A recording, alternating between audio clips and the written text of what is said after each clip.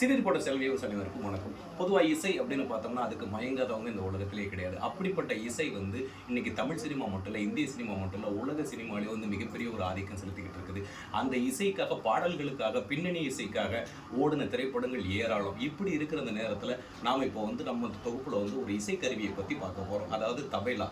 இந்த தபேலா கருவியை பயன்படுத்தாத இசைக்கலைஞர்கள் இருக்க மாட்டாங்க அப்படின்னு சொல்கிற அளவுக்கு இசையில் வந்து ஒரு மிக முக்கியமான இடத்தை பிடிச்சிருப்பது இந்த கருவி தபேலா. இப்போ இந்த கருவியை பற்றி நம்ம பார்த்துக்கிட்டு இருக்கிற நேரத்தில் இந்த கருவியை இசைக்கிற ஒரு இசைக்கலைஞர் நம்ம சுந்தரமூர்த்தி ஐயாவை வந்து நம்ம இப்போ வந்து சந்திக்க வந்திருக்கிறோம். வணக்கம் ஐயா. தபேலா கலைஞர் சுந்தரமூர்த்தி ஐயா வந்து இப்போ நம்ம கூட இருக்கிறாங்க. ஐயா, நீங்கள் இந்த தபேலா வந்து தமிழ் சினிமாவில் அதிகமாக பயன்படுத்தப்பட்டிருக்கு. இதை அதிகமாக வாசித்த இசையமைப்பாளர் யாருங்கிற ஒரு தகவலுக்காக எங்களுக்காக நீங்கள் சொல்லலாம். முதல்ல சினிமாங்கிற சீனை ஜி ராமநாதன் ஒரு பெரிய இசையமைப்பாளர்.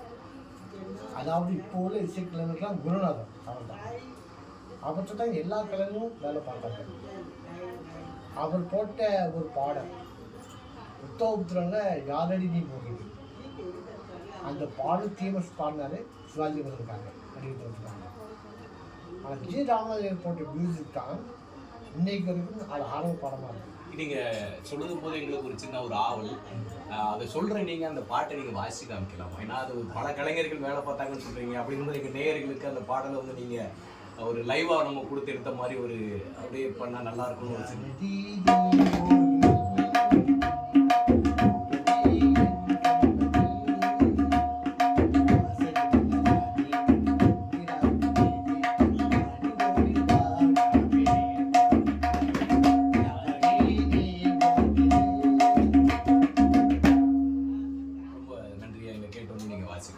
அப்புறம் நீங்கள் சொல்லிக்கிட்டு இருந்தீங்க.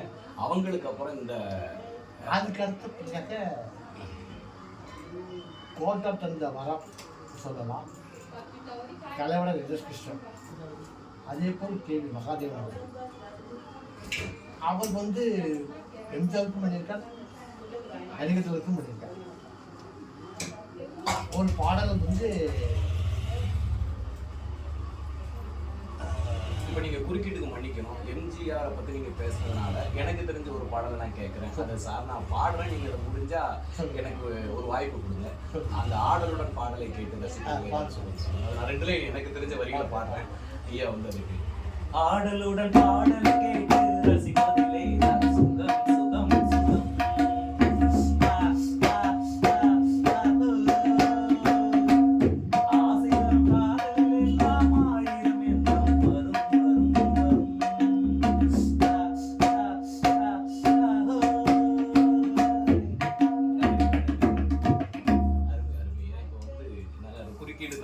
அந்த பாடல் வந்து மறக்க முடியாத ஒரு பாடல். அப்போ பாடல் வந்து டியூன் நடந்துட்டு இருக்கு. அப்பொழுது பல்லாண்டு வாங்க படம் கே மாதன் இசை போட்டிருக்காங்க. அப்பொழுது ஒரு டியூன் வந்து எம்ஜிஆர் திருப்தி இல்லை. ஆனால் திருப்தியில்னு சொல்ல மாட்டார் எப்பொழுதுமே. இதை விட சிறப்பாக டியூன் கொடுக்க சொல்லி கேட்டு ஒரு பாடல் வாங்கினார். புதியதொரு உலகம் சேர்ந்து பாடல். அந்த பாடல் கேட்டு ஓகே பண்ணார். அதே மாதிரி கேஜி ஜேசுதாஸுக்கு ஒன்றே கிலோமீட்டர் இந்த பாடல் வந்து 7வது டியூனா ஓகே பண்ணார். மக்கள் எம்ஜிஆரோட பொறுத்தவரை என்னன்னு கேட்டால் இசையில் ரொம்ப ஞானம் உள்ளவர், ரொம்ப விவரமாக இருப்பார். அதே மாதிரி உலகத்து பாடல் படம் முதல்ல இசையமைக்க வாய்ப்பு கொடுத்தது யாருன்னா குண்டப்பட வேலையில்தான் கொடுத்தாரு. எம்எஸ் ரொம்ப பிஸியாக இருக்கான்னு சொல்லி.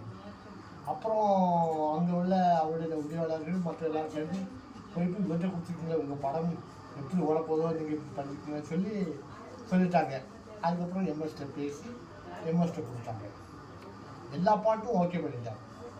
அப்பொழுது ஒரே ஒரு பாடம் மட்டும் கனவு பாடம், அது வெளிநாட்டிலேருந்து இருக்கிற ஒரு பாடம். அவர் எல்லா டியூனும் போட்டு ஓகே பண்ணிகிட்டே இருக்கார். இவர் வந்து கேட்டே வரார், இந்த டியூன் பரவாயில்ல, இதை விட டியூன் போடு. எம்ஜிஆர் வந்து எம்எஸ் வாப்போ தான் பேசுவார். அப்போ இருக்கும். அதே மாதிரி இந்த டியூனுக்காக இந்த பாட்டுக்காக 48வது டியூனாக ஓகே பண்ணார் இந்த பாடல். அப்பேற்பட்ட பாடல் இன்னைக்கு வரைக்கும் நின்றுட்டுருக்கு. அந்த பாடல் எதுனா பச்சை கிளி முத்துச்சாரம் அது தமிழால தான். தமிழ் 47 ஓகே பண்ணலாம். வாசிச்சு காமிச்சிருங்க நீங்க. அதாவது இவ்வளவு சிறப்புள்ள அந்த பாடல் வந்து 48வது டியூனா வந்திருக்கு அப்படின்னா எவ்வளவு மெனக்கிட்டு இருப்பாங்க. அதாவது அவர் எம்ஜி ராமச்சந்திரன் அவங்க எம்ஜிஆருக்காக வந்து புரட்சி தலைவருக்காக வந்து எவ்வளவு மெனக்கிட்டு இருக்காங்க இசையமைப்பாளர். அதை நம்ம நேயர்களுக்கு நீங்க வாசிச்சு காமிச்சிட்டீங்கன்னா அவங்களுக்கு இன்னும் நல்லா இருக்கும்ல. இதுல இவர் கேட்டாரு, இவரும் டியூன் போட்டு கொடுத்தாரு. அந்த அளவுக்கு கற்பனை சக்தி அவருக்கு இருந்தது. பாலக்காடுக்கு வந்த தங்கம் மியூசிக் ஜீனியஸ் முன்னாடி ஆனால் அந்த பாடலுக்காக என்னவும் கேட்டாலும் என்ன ஒவ்வொரு பாட்டுக்கும் ஒவ்வொரு மியூசிக் விவரமாக கேட்பாங்க. அந்த பாடலுக்கு 3 இன்டர்வியூ மியூசிக் அது பேக்ரவுண்டு. அப்படிப்பட்ட ஒரு சிறப்பான பாடலை, அதாவது அது ஒரு சங்கம் கேளுங்க.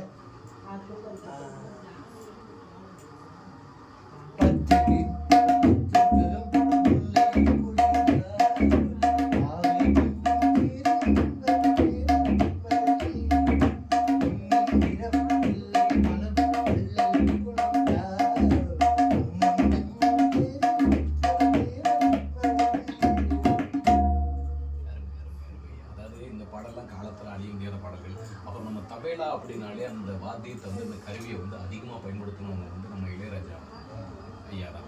இளையராஜா ஐயா படங்களில் வந்து அதிகமாக ஹிட்டான பாடல்களை நம்ம எண்ணி பார்க்கறதுக்குள்ள அடுத்த ஜென்மம் வந்து அவ்வளோ நிறைய பாடல்களை கொடுத்துருக்குறாங்க. அது உலகறிஞ்ச உண்மை. அப்படி இருக்கிற அந்த நேரத்தில் இளையராஜா சார் அவங்களுடைய இசையில் ஏதாவது ஒரு பாடல், இப்போ உதாரணத்துக்கு நம்ம மெல்ல திறந்தது கதவு படத்தில் இருந்து, அது மெல்ல திறந்து கதவு படத்தில் ஒரு அர்த்தத்தை பாருங்க. திரைசி உலகத்தில் வந்து 2 பேர் சேர்ந்து சேர்ந்தது கிடையாது. எம்எஸ்ராதரும் சேர்ந்து அந்த படம் ஆமாம் நல்ல தகவல். அவங்க 3 படம் பண்ணாங்க. அது 3 படம் ஹிட்டு. ஆனால் இளையராஜா அவர்கள் பண்ண ஒரு சூப்பர் சாங்ஸ் வந்து இளையராஜா பிரபுகள் பண்ண படம் அரங்கேற்ற வேலை. ஆமாம், அரங்கேற்ற வேலை.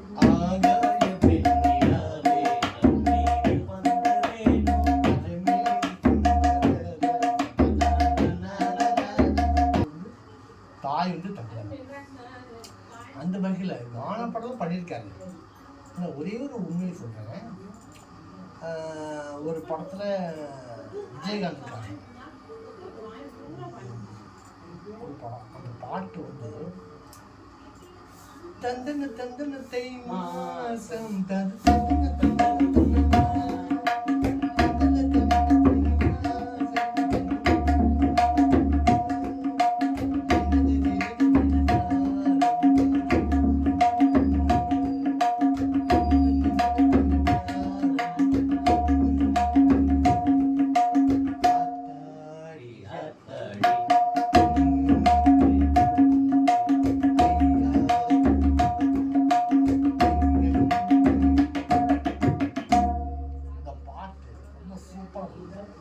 இது கானா சொல்ல முடியாது, இது செமி கிளாசிக்கல். அந்த வகையில் சூப்பராக கொடுத்தாங்க. அந்த ஒரு பாட்டுக்காக இன்னைக்கு வரைக்கும் ஜெயசாஸ்திரி ராயல்ட்டி வந்துருக்கு. ஆமாம், அப்படி சூப்பராக இருக்கும். அவர் கானா தான் மெயினாக பண்ணி கொடுத்தாரு. அதே மாதிரி ரஜினிகாந்துக்கும் பண்ணி கொடுத்தாரு. இப்போ நமக்காக வந்து நம்ம தபேலா கலைஞர் ஐயா சுந்தரமூர்த்தி அவங்களோட நேரத்தை நம்மளுக்காக செலவழிச்சாங்க. எங்களது நேர்கள் சார்பாக உங்களுக்கு ரொம்ப நன்றி தெரிவிச்சுக்கிறோம். அதாவது தபலா பற்றி நீங்களும் விவரமாக கேட்டீங்க. அதை விட உங்களுக்கு தபலா பற்றி ஞானம் உங்களுக்கு இருந்தால்தான் கேட்டீங்க. உங்களுக்கும் மனமார்ந்த நன்றி. நன்றி, வாழ்க்கை.